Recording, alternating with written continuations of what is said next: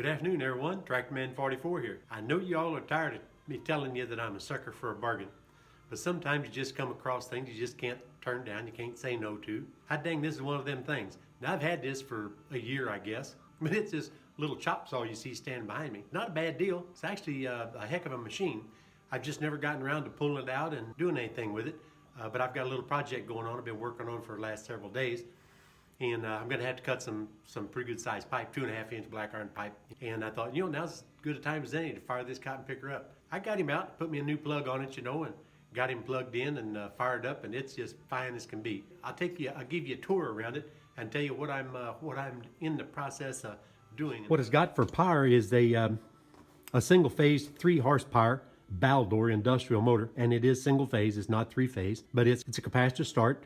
It's a very high starting torque motor, and you would think it would probably need that, with such a wheel that it's got on it. But surprisingly, it doesn't require that much to get everything going. It's got a very nice pivot point on it.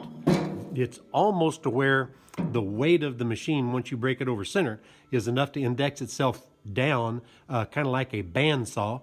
If you're cutting small stuff, you're cutting bigger stuff, you'll probably have to crowd it just a little bit. Moving on ahead. It's set up for a 20-inch diameter cutting wheel, and yeah, they'll probably be a little expensive, but I got a stack of them to come with it.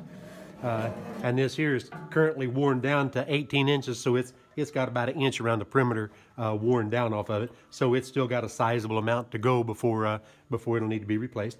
But you can see here's your handle for operating. Of course, this stays down, and as you come down and come into contact with the material that you're cutting, just like a wood chop saw, that'll just go ahead and come on up as you index down with your blade. And it's also got a vise on it. It's a palm grin. It's typically what you would have on a milling machine, or a horizontal or a vertical mill that you would put on your table, to hold things securely. Got the handle and everything with it.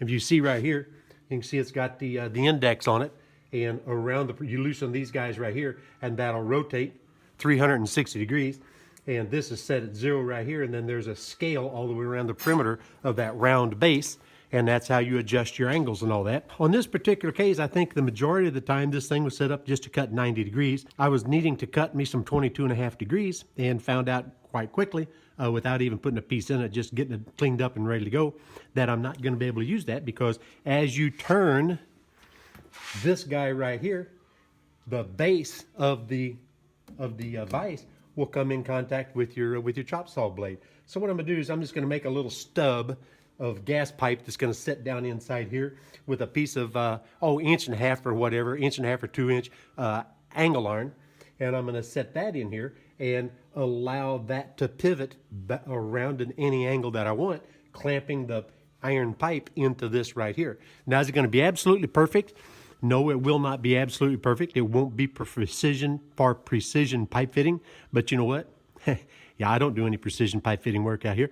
I just build stuff out of junk, and try to get by as cheaply as I can. It's going to do just fine for me. A heck of a lot better than holding it and cutting it freehand with an angle grinder or something like that. Now, I use bandsaws like Joe Lesage. Joe Lesage uses a handheld bandsaw, and he's very good at it.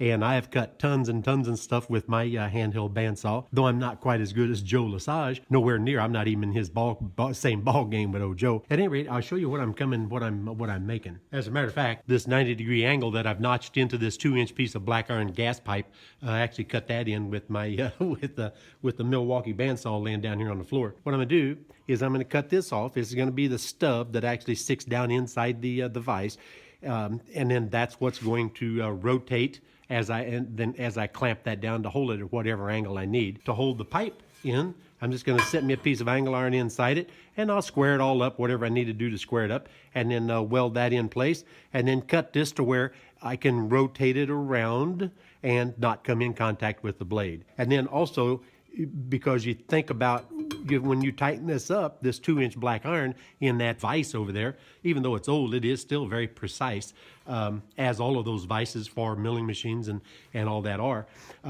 Well, some of them get worn and get all sloppy. I've got one that's pretty sloppy, but still, it's a heck of a lot better than doing it by hand. To keep from collapsing that, what I'm going to do is I'm going to go ahead and bore a couple of holes in there, and I'm going to drop this right down through, and then I'm going to weld that in place. If I blow a couple of holes in there and then fill those holes up and then weld the two pieces together, that's going to give me a double thickness that'll have a less of a tendency to be collapsed whenever I tighten it down on that vise over there. So if I just take 2 1/4 inches and add that to it and get me a mark on the side of the pipe, I'll show you a little quick thing that a lot of people don't think of, but it's kind of second nature to us guys to kind of mess with this stuff. Take your old tape measure. You know, take your old tape measure, and there's your mark right there. Squeeze that tape really tight. Get your thumb on the end of that tape, and then just squeeze that cotton picker tight, and then just go around the perimeter of that pipe on the edge of that tape, and that's going to give you a nice straight cut, providing you can handle your bandsaw or whatever it is you're cutting with. Matter of fact, I'm probably going to cut this on that big old chop saw. If you trace your tape measure around and then follow that line with your hacksaw, sawzall, whatever kind of saw you're deciding to use, you're going to come off halfway decent. Again, this does not have, it's not that critical, doesn't have to be that perfect. This is going to be just fine. Now, it goes without saying, the reason I don't have to say it is I know people that watch my channel got good common sense, so I don't really have to tell everybody every time. You always take your normal safety precautions with, you know, wear your gloves, wear your eyeball protection, you know, wear your dust mask, wear your earplugs, you know, whatever you want to do or whatever you determine, personal protective equipment, you know what I mean?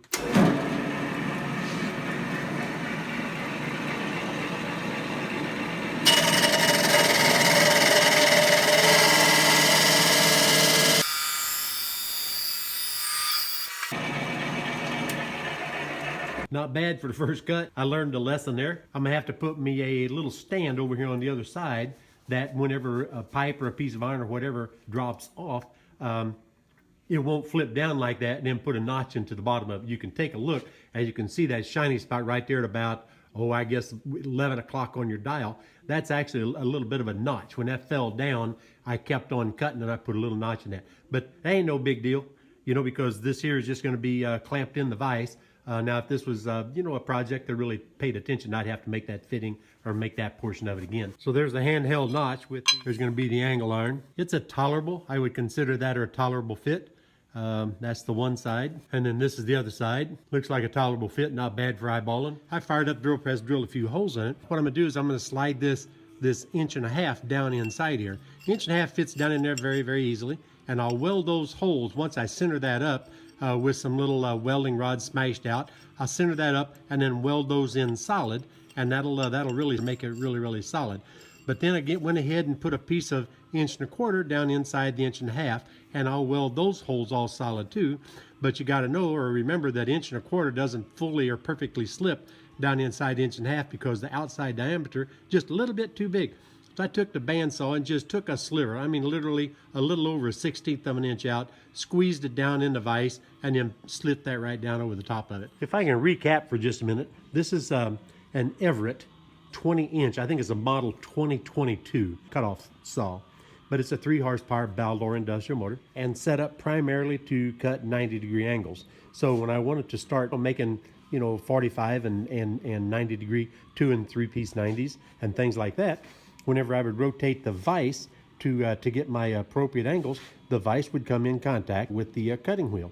So what I had to come up with was a way to be able to use that vise to secure my material, be it pipe, angle iron, channel iron, or whatever, and allow it to give me the variety of angles that's required for make multiple piece angles. This is what I come up with. What I did, I took multiple size pipes, like 1 inch, 1 1/4, 1.5 inches, and 2-inch pipe. I stuffed them inside one another and then welded them all together to make me a nice piece, nice and thick, that won't collapse whenever I squeeze it in the vise over there.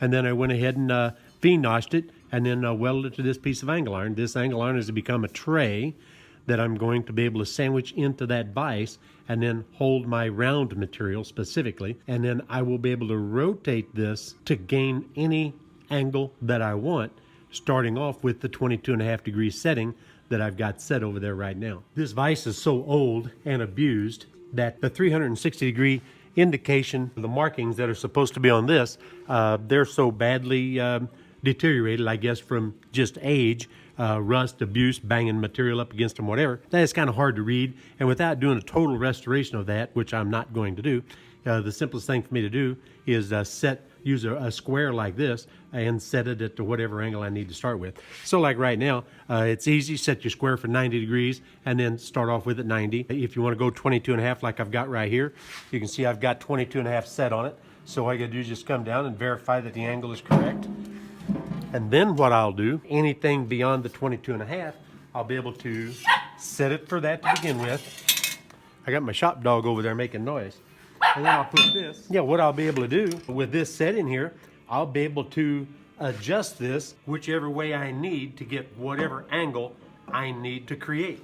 So what I'll do is I'll start off with the 22.5, then I'll add or subtract to it until I come up with the angle that I determined, you know, like with the bevel square. Whatever angle I need, I'll either add or subtract to that 22.5 degree and then get that right here to where whenever I put my pipe or my whatever in it, I'll go ahead and cut that at the correct angle. Now bear in mind, by using this piece of angle iron right here, this is specifically for cutting pipe, because the round pipe from 1 inch all the way up to 3 or 4 inch, whatever, is going to set and cradle right inside there.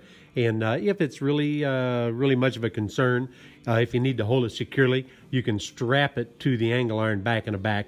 But it should be anything of any substance at all will hold in there pretty secure. You'll be able to cut whatever you need to cut. I tell you, and another thing I thought of during the time I was laying out and welding up that pipe is I think I'm going to take a piece of 1 inch threaded material, but take me some 1 inch threaded material and weld it on another piece of angle iron and cut it about the same length right here, and put me 2 nuts, one regular nut and then a second nut for a lock nut. And what I'll be able to do is I'll be able to latch that lower nut into this vise, loosen the top nut, which is the lock nut, and then just roll it on the threads until I get whatever angle I need, then lock the lock nut back down.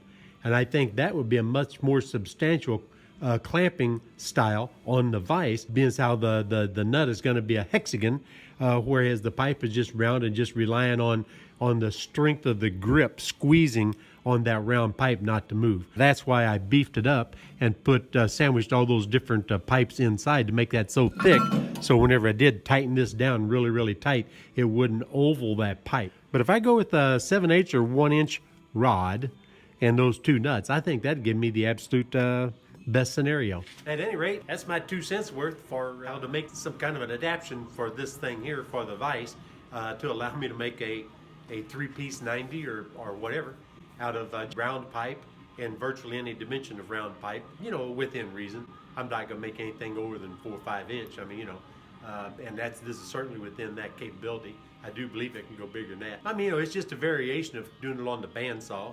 I don't know if this will cut faster than a bandsaw. I'm sure I could crowd this pretty much, but the more you crowd it, the more you're going to eat that cutting wheel up. It's just an abrasive blade. It's rated for many more thousand of RPM than what this thing here is turning. I'm kind of impressed how slow turning it is. I think it's not too awfully bad. But like I say, I was in the middle of this project, needed to make a couple of 45, so it's like I thought, I've had this sitting there for a year and a half. Time to drag this thing out of dry dock, so to speak, and make this cotton picker work. So, at any rate, this Trackman 44, and I am out of here.